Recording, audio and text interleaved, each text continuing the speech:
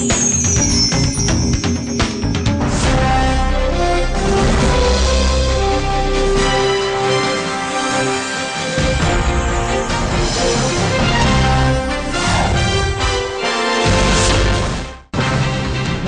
செய்திகள். உள்ளாட்சியிலும் நல்லாட்சி மலர தேமுதிக கூட்டணிக்கு ஆதரவு அளியுங்கள். வேலூரில் கேப்டன் விஜயகாந்த் தேர்தல் பிரச்சாரம்.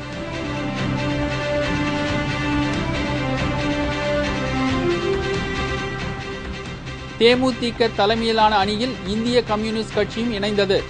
தமிழகத்தில் முதல் அணியாக உருவெடுக்கும் என அரசியல் நோக்கர்கள் கருத்து.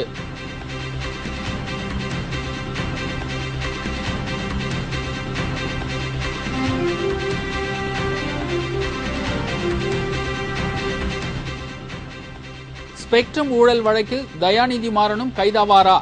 இன்னும் சில நாட்களில் எஃப்ஐஆர் பதிவு செய்யப் போவதாக சிபிஐ தகவல்.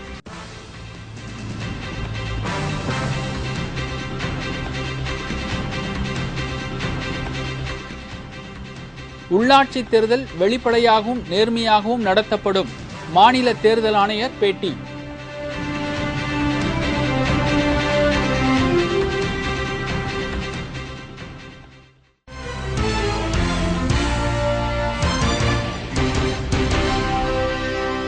வணக்கம்.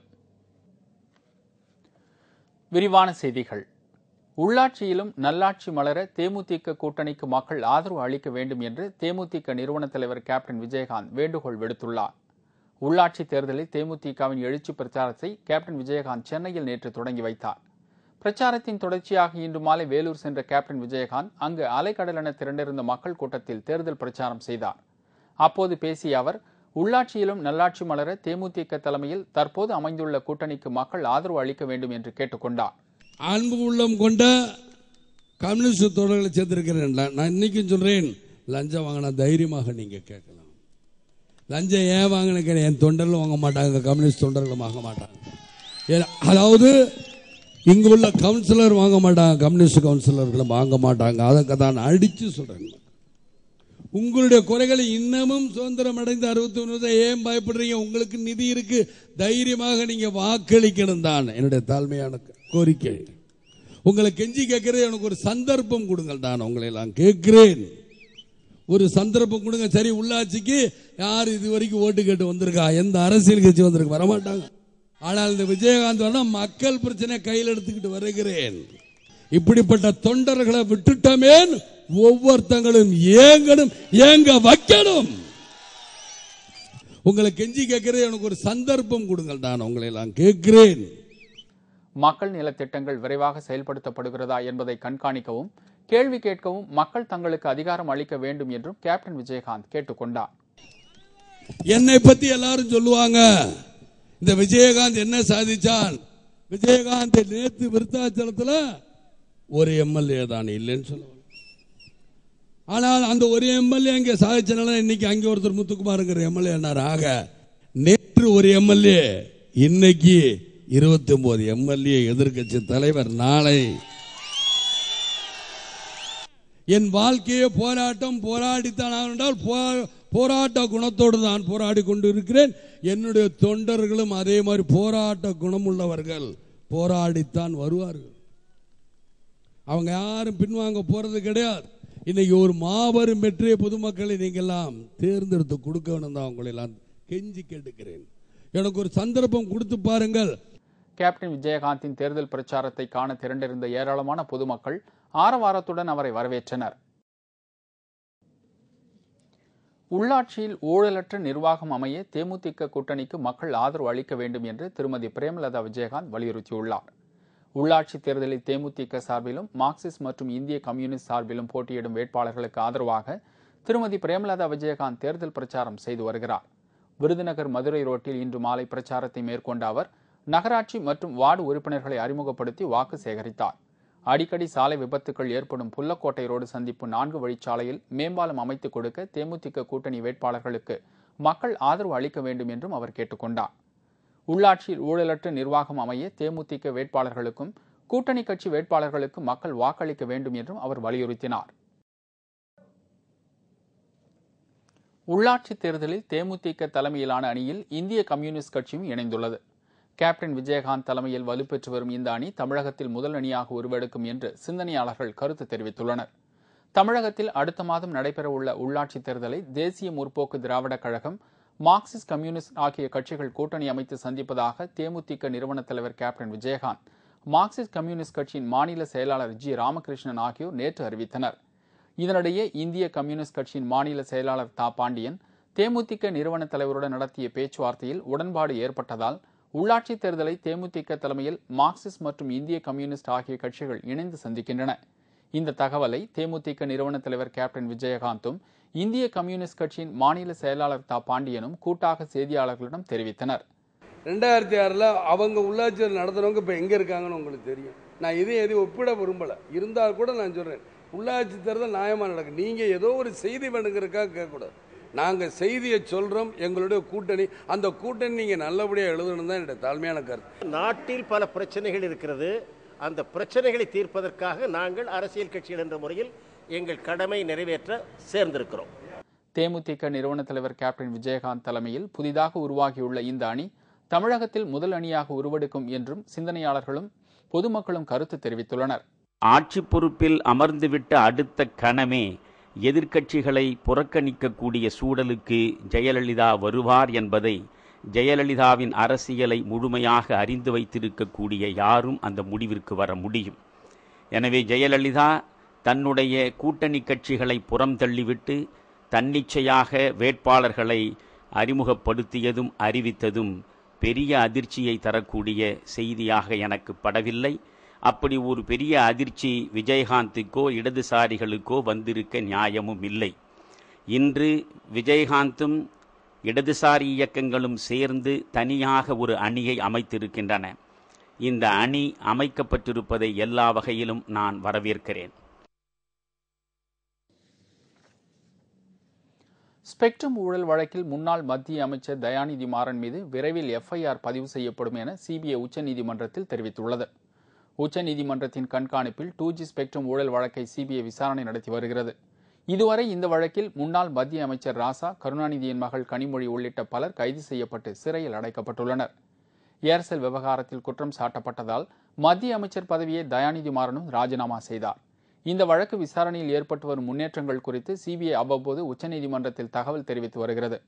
அதன்படி இன்று நடைபெற்ற விசாரணையில் தயாநிதி மாறன் மீது வருகிற 30ஆம் தேதிக்குள் முதல் தகவல் அறிக்கையான எஃப்ஐஆர் பதிவு செய்யப்படும் என்றும் விரைவில் குற்றப்பத்திரிகை தாக்கல் செய்யப்படும் என்றும் உச்சநீதிமன்றத்தில் சிபிஐ தெரிவித்துள்ளது. ஏர்செல் நிறுவன பங்குகளை மார்க்சிஸ்ட் நிறுவனத்திற்கு விற்க கட்டாயப்படுத்தியதாக தயாநிதி மாறன் மீது குற்றச்சாட்டு எழுந்துள்ளதால் அவர் விரைவில் கைது செய்யப்படலாம் என்றும் எதிர்பார்க்கப்படுகிறது. இதனிடையே ஸ்பெக்ட்ரம் ஊழல் வழக்கில் மத்திய அமைச்சர் சிதம்பரத்தையும் சேர்க்க கோரும் சுப்பிரமணிய சுவாமியின் மனு மீதான விசாரணையை உச்சநீதிமன்றம் ஒத்திவைத்துள்ளது. இதே வழக்கில் ஆஜராகி வாதாடிய வழக்கறிஞர் பிரசாந்த் பூஷன் ஸ்பெக்ட்ரம் ஊழல் வழக்கில் மத்திய அமைச்சர் சிதம்பரத்தை விசாரிக்க சிபிஐ தயங்குவதாக தெரிவித்தார். ஸ்பெக்ட்ரம் ஊழலை தடுக்க தவறிவிட்டதாக மத்திய அமைச்சர் சிதம்பரம் மீது நிதியமைச்சர் பிரணாப் முகர்ஜி எழுதிய கடித விவகாரம் சூடுபிடித்துள்ளது. 2G ஸ்பெக்ட்ரம் லைசன்ஸை முதலில் வருபவர்களுக்கு முன்னுரிமை என்ற அடிப்படை இல்லாமல் ஏல முறையில் விற்க அப்போதைய நிதியமைச்சராக இருந்த ப. சிதம்பரம் ஆலோசனை அளித்திருந்தால் இவ்வளவு பெரிய ஸ்பெக்ட்ரம் ஊழல் நடந்தே இருக்காது என்று நிதியமைச்சர் பிரணாப் முகர்ஜி அண்மையில் பிரதமருக்கு கடிதம் எழுதியிருந்தார். இந்த கடிதத்தால் பெரும் சர்ச்சை கிளம்பி இரு அமைச்சர்களுக்கும் இடையே மோதல் வலுத்து வருகிறது. ஸ்பெக்ட்ரம் ஊழல் வழக்கில் சிதம்பரத்தையும் சேர்க்க வேண்டும் என்றும் அவர் பதவி விலக வேண்டும் என்றும் பாஜக உள்ளிட்ட எதிர்க்கட்சிகள் வலியுறுத்தி வருகின்றன.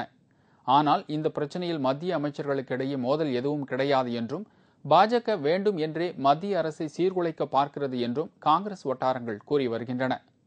ये नोट में कुछ नहीं है, ये पूरा मीडिया क्रिएशन है. हमारा आदरणीय वित्त मंत्री ने बताया, हमारा आदरणीय प्रधानमंत्री दिल्ली आने के बाद आदरणीय प्रधानमंत्री को बातचीत करके उन्होंने ये नोट के बारे में मीडिया को बात करूंगा. अभी आप लोग एक दिन वेट करिए. कल आदरणीय वित्त मंत्री आदरणीय प्रधानमंत्री को चर्चा करके उन्होंने मीडिया को बोलेगा. பிரணாப் முகர்ஜி கடித விவகாரம் தொடர்பாக காங்கிரஸ் தலைவர் சோனியா காந்தியும் பிரதமர் மன்மோகன் சிங்கும் இன்று முக்கிய ஆலோசனை நடத்தியுள்ளனர். இதனிடையே நிதி அமைச்சகத்தின் கடிதம் குறித்து பிரணாப் முகர்ஜி மேலும் ஒரு கடிதம் எழுதி பிரதமருக்கு விளக்கம் அளித்துள்ளார். இதேபோல் சோனியா காந்திக்கும் பிரணாப் முகர்ஜி விளக்க கடிதம் அனுப்பியுள்ளதாக கூறப்படுகிறது. ஆனால் ஊழல் அமைச்சர்களை பிரதமர் தொடர்ந்து பாதுகாக்க விரும்புவதாக பாஜக குற்றம் சாட்டியுள்ளது. மத்திய அரசில் ஊழல் மலிந்து விட்டதால் மன்மோகன் சிங் அரசு பலமிழந்து வருவதாகவும் பாஜக கூறியுள்ளது. இந்த கடித விவகாரத்தில் காங்கிரசும் பாஜகவும் பரஸ்பரம் குற்றம் சாட்டி கருத்து தெரிவித்து வருவதால் முகர்ஜி கடித விவகாரம் மேலும் சூடுபிடித்துள்ளது. உள்ளாட்சி தேர்தல் 100% நேர்மையாக நடைபெற மாவட்டந்தோறும் வெளிமாநில தேர்தல் ஆணையாளர்கள் பார்வையாளர்களாக நியமிக்கப்படுவார்கள் என்று மாநில தேர்தல் ஆணையர் சோ ஐயர் தெரிவித்துள்ளார். சென்னை கோயம்பேட்டில் உள்ள மாநில தேர்தல் ஆணையத்தில் தேர்தல் பார்வையாளர்கள் ஆலோசனை கூட்டம் ஆணையர் சோ ஐயர் தலைமையில் இன்று நடைபெற்றது. அதைத் தொடர்ந்து செய்தியாளர்களை சந்தித்த மாநில தேர்தல் ஆணையர் சோ ஐயர், தமிழகத்தில் உள்ளாட்சி தேர்தல் 100% நேர்மையாக நடைபெற மாவட்டம் தோறும் வெளிமாநில தேர்தல் ஆணையாளர்கள் பார்வையாளர்களாக நியமிக்கப்படுவார்கள் என்று கூறினார். 100% சுதந்திரமாகவும் நேர்மையாகவும் நாம் தேர்தல் நடத்த போகிறோம். அதற்கு தகுந்தாற்போல் உங்களுடைய அறிக்கைகள் இருக்க வேண்டும். உங்களுடைய சுதந்திரத்தில் நாங்கள் நிச்சயமாக தலையிட மாட்டோம். பிற மாநிலத்தினுடைய மாநில தேர்தல் ஆணையாளர்களே ஒரு 12 மாநிலத்தினுடைய தேர்தல் ஆணையாளர்களை இங்கே அழைத்திருக்கிறோம். அவர்களும் வருவதாக சொல்கிறார்கள். அவர்களையும் நாங்கள் நியமிச்சிருக்கிறோம். எல்லாமே இருக்கும்.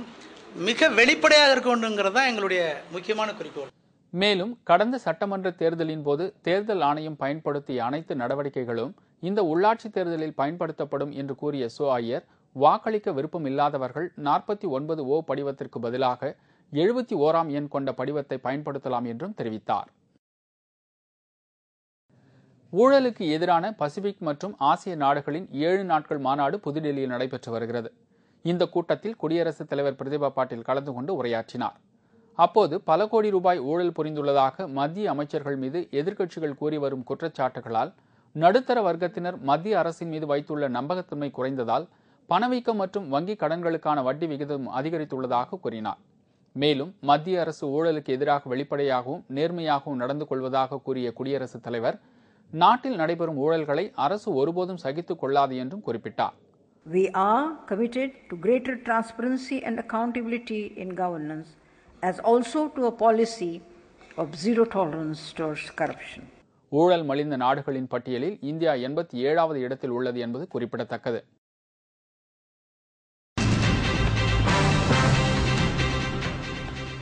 திமுக ஆட்சிக்கு வந்தால் அதிமுகவினர் நிச்சயம் பழிவாங்கப்படுவார்கள்.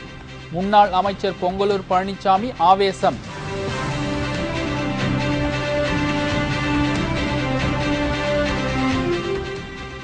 காதல் கணவனுடன் தான் சேர்ந்து வாழ்வேன், சந்தன கடத்தல் வீரப்பனின் மகள் உறுதி.